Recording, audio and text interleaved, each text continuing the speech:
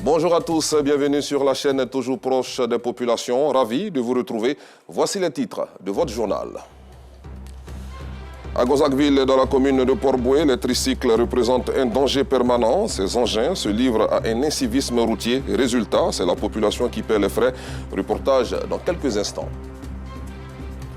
À l'international, c'est une première en Asie du Sud-Est. La Thaïlande franchit une étape cruciale en approuvant la loi sur le mariage homosexuel.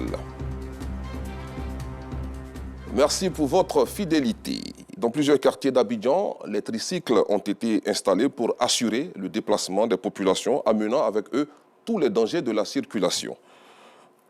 Des engins qui se livrent à un incivisme routier, comme le décrivent les riverains du quartier Terre-Rouge de Gonzagueville, dans la commune de Port-Bouët, au micro de Fedanayo et de Georgette Ido Fofana. Ici, à Gonzagueville, les tricycles, communément appelés Saloni, sont quasi présents dans ce quartier de la commune de Port-Bouët. Utilisé pour relier le quartier Terre-Rouge au village Benogosso et environ, ce moyen de transport cause des désagréments aux riverains. Slalom récurrent, vitesse. C'est pas de notre faute. Il y a certaines voitures là, ils sortent très mal devant nous. Donc le fait qu'on fait pour les éviter là, on trouve qu'ils roulent mal. Il y a d'autres là, ils prennent panique, ils rentrent en brousse à cause de ça. Donc, plusieurs voitures sortent mal devant nous. On se débrouille un peu. Il est présenté comme un couteau à double tranchant du fait de l'incivisme de ces derniers. Ils roulent à la légère. Ces derniers même ne savent pas qu'ils sont roulés dans le jeu. Mais c'est par la grâce de Dieu que nous tous on s'en sort. Ils n'ont pas de permis, de 1. Ils ne savent pas rouler moto, de 2. À chaque fois, il ne faut que faire les accidents seulement sur la route. Selon certains riverains, l'âge des conducteurs est à l'origine de leur incapacité à conduire convenablement. Ce sont les enfants, les mineurs, ils doivent partir à l'école. On ne sait pas pourquoi on leur remet toujours les motos taxis à conduire. Il y a d'autres mecs qui ne vaut même pas 15 ans, 13 ans. Quand les gens achètent les motos pour les donner, font des dégâts ici, font tomber des femmes, pieds cassés, mais tuer les enfants dedans. En tout cas, au niveau de ça, il n'y a pas la sécurité. Les enfants ils conduisent très mal ici. Dans ta voiture, mais ils viennent te cogner, il n'y a pas d'assurance, ils n'ont pas de permis, ni rien. Les infractions au code de la route, principale cause d'accidents de tricycle, sont décriées par les riverains. Il y a une très mauvaise organisation de conduite. Déjà, au niveau des conducteurs qui ne respectent pas la conduite, qui ne respectent pas les usagers, qui roulent n'importe comment, ils se garent n'importe comment. Ils se garent à l'improviste, ils font des détournements à l'improviste. Ça crée vraiment un désordre. Il y a un permis moto quand même, mais ici il n'y a rien. La conduite des chauffeurs de tricycle est fortement décriée dans plusieurs communes du district d'Abidjan. Une sensibilisation accrue au respect des règles de circulation pourrait contribuer à améliorer la situation. Autre sujet à présent, les chrétiens catholiques ont entamé la semaine sainte depuis le dimanche dernier, une période de prière et de recueillement qui annonce la fin du carême et la célébration de la résurrection du Christ. Quel est donc le sens de la semaine sainte? Quelles sont ses recommandations? Quel comportement doit adopter le fidèle et chrétien? Des réponses à toutes ces questions dans ce reportage signé Georgette Ido Fofana. Débuté le dimanche des Rameaux, la semaine sainte ou semaine de la Passion est marquée par des prières et recueillements. Je vis cette semaine dans la prière. Voilà, une prière véritable et un attachement véritable à Dieu. C'est une semaine très importante pour tout chrétien catholique. Donc, nous devons vivre ces derniers moments avec beaucoup de ferveur, partager avec ceux qui ont faim. Quel est donc le sens de cette semaine? La semaine sainte, c'est la semaine des semaines chrétiennes. Au cœur de cette semaine sainte, l'Église célèbre les grands mystères de sa foi, les grands mystères de son existence. Et cette semaine sainte commence avec la fête des rameaux. D'une durée de 8 jours, la semaine sainte est aussi marquée par la messe chrismale. En Côte d'Ivoire, cette messe est célébrée ce mardi à la cathédrale Saint-Paul du Plateau en présence de tous les prêtres du diocèse d'Abidjan.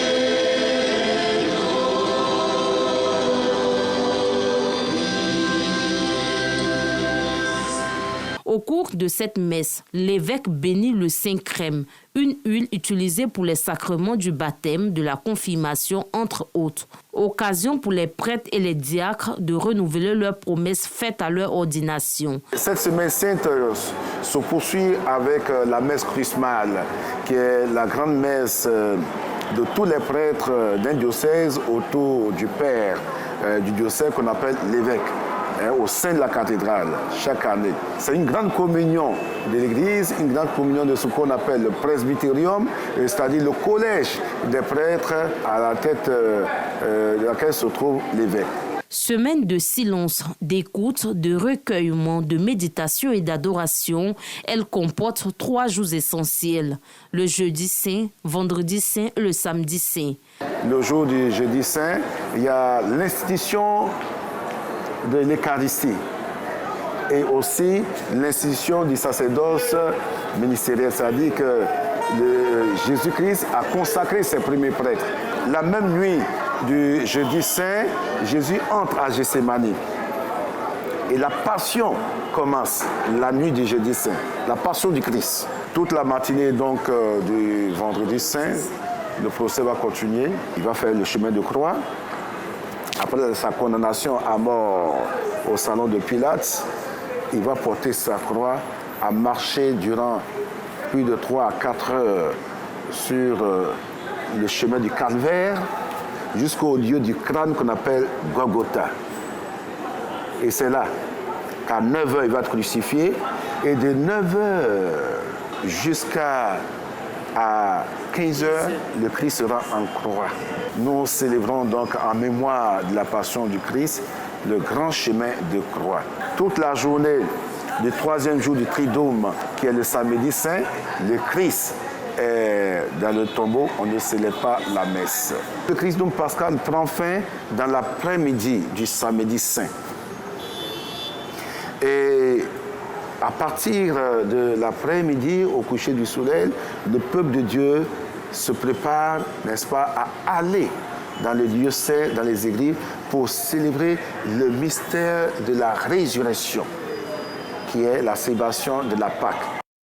La semaine sainte est corroborée par plusieurs événements. Mais quelles sont les recommandations de cette période sacrée que doivent faire les fidèles? Au cours de cette semaine sainte, il est demandé à tout chrétien qui se réclame de Jésus-Christ de célébrer cette semaine sainte qui dure 8 jours, de célébrer cette semaine dans le recueillement le plus profond possible. Le recueillement le plus profond possible. D'élever davantage au sommet du ciel son cœur, son âme et sa vie de chrétien. De décaler avec le péché et toute forme de péché. La veille pascale célébrée dans la nuit du samedi saint met fin à la semaine sainte avec la célébration des baptêmes, mariages et confirmations. C'est cette nuit pascale qui donne naissance à toutes les autres messes. C'est le cœur de la foi chrétienne. Christ est ressuscité, commémorant sa résurrection le dimanche de Pâques. Une fois que le ciel pascal est positionné, le diacre ou le prêtre lui-même annonce la nouvelle Pâque avec ce qu'on appelle les utextes. Qu'éclate dans le ciel la joie des anges, qu'éclate de partout la nouvelle Pâque. Et voilà un grand chant solennel et le peuple répond. Christ est lumière, lumière pour le monde. Celui qui te suit ne marche pas dans la nuit, ne marche pas dans la nuit, tu l'éclaires. Et chaque fidèle, dans cette nuit noire de l'Église, lève son siège pour dire Christ, c'est toi que nous suivons, c'est toi que nous allons suivre tous les jours de notre vie jusqu'à l'éternité bienheureuse. La semaine sainte, axe central de l'année liturgique. C'est la dernière partie du carême qui commémore la passion du Christ.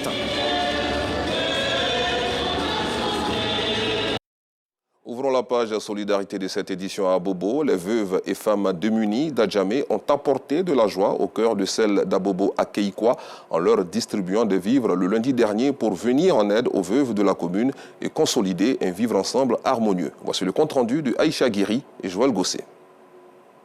L'Union des veuves et femmes démunies de la commune d'Adjamé, une organisation créée pour venir en aide aux veuves, poursuit ses œuvres caritatives.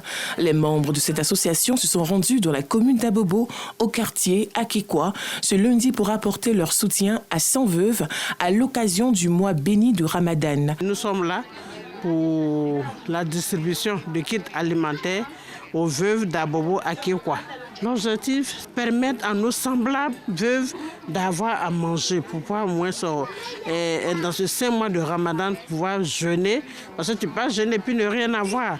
Il y a des malades parmi nous qui ne peuvent pas aller à la mosquée pour aller prendre des sunakeri là-bas. Donc vraiment, je leur permets, en leur donnant ces vivres-là, pour préparer quelque chose elles-mêmes à la maison et puis pouvoir se nourrir avec leurs orphelins. Les veuves reçoivent des vivres et témoignent leur reconnaissance à cette organisation. Je suis heureux, ils ont pensé à les veuves d'Abobo Akikwa. Et on souhaite que chaque année, ils n'ont qu'à penser à nous. Pour les remercier beaucoup. Il y en a qu'à la donner santé, beaucoup de bonheur. En tout cas, ceux qui les donnent, là, qu'ils viennent nous donner, Dieu n'a qu'à les faire. En tout cas, beaucoup de choses aussi. L'activité de l'Union des veuves et femmes démunies de la commune d'Adjamé est à sa 10e édition. Ces femmes entendent étendre leur action à d'autres communes. Direction la région du Hambol, précisément dans la localité de Frounan, où la direction régionale des ressources animales et halieutiques a procédé au lancement de la campagne de lutte contre la rage à Frounan, sous-préfecture du département de Katiola, pour faire face au cas de rage détecté dans la localité l'année dernière. Reportage Soro Corona. Pas de possibilité de guérison dès que les signes sont déclarés. La rage est une zoonose mortelle. Elle est causée en partie par les morsures et griffures des chiens, des chats et des singes. En novembre 2023, à Frounan, sous-préfecture de la région du Hambol, un cas de rage a été détecté. Interpellée, la direction régionale du ministère des Ressources animales et halieutiques du Hambol a initié une campagne de vaccination contre la maladie. Pour l'occasion, plusieurs animaux ont reçu leur première dose de vaccin. Le seul moyen de prévention, c'est de faire vacciner les animaux. Et quand les animaux sont vaccinés, c'est d'abord les propriétaires, la famille dans laquelle se trouve l'animal qui est d'abord protégé avant les autres. Donc il est important que les gens viennent faire vacciner les animaux, d'autant plus que cette vaccination est gratuite. Cette campagne de vaccination est soutenue par le Fonds des Nations Unies pour l'alimentation et l'agriculture, FAO. Donc la FAO aujourd'hui, à travers cette activité, appuie le gouvernement de sorte à pouvoir réussir à pouvoir vacciner au moins 70% des chiens. Il y a d'autres étapes qui sont prévues en collaboration donc avec la direction des services vétérinaires au niveau de Guitry, du département de Guitry et également du département de Dimbokro. Et il y a déjà une première étape donc, qui a commencé avec le département de Mans. Le sous-préfet de Frounan encourage l'initiative qui tend à sauver des vies en milieu rural. Depuis janvier 2017, en Côte d'Ivoire, tous les secteurs impliqués dans la santé publique ont donné la priorité à la rage en élaborant une stratégie nationale de lutte intégrée contre la zoonose afin d'atteindre l'objectif mondial de 0 cas de rage humaine d'ici 2030. À l'international, alors que la publication officielle des résultats de la présidentielle au Sénégal est encore attendue, les résultats partiels donnent une première ébauche de la cartographie du vote. La victoire de Bassirou Diomaye Faye dès le premier tour semble se confirmer, bien qu'il y ait des disparités. Globalement, c'est un raz-de-marée en faveur de l'opposant qu'il a largement emporté dans les départements urbains de la banlieue de Dakar, qui sont d'importants réservoirs d'électeurs, et notamment des jeunes. Hors du continent, comme annoncé en titre, en Thaïlande, les députés ont voté ce mercredi à une large majorité en faveur de la légalisation du mariage entre personnes du même sexe. Une première en Asie du Sud-Est selon des images retransmises par la chaîne parlementaire. Le texte marque une avancée importante mais doit encore passer devant le Sénat avant sa promulgation définitive par le roi. Fin de cette édition, merci de l'avoir suivi. Bonne suite de programme sur RTI2.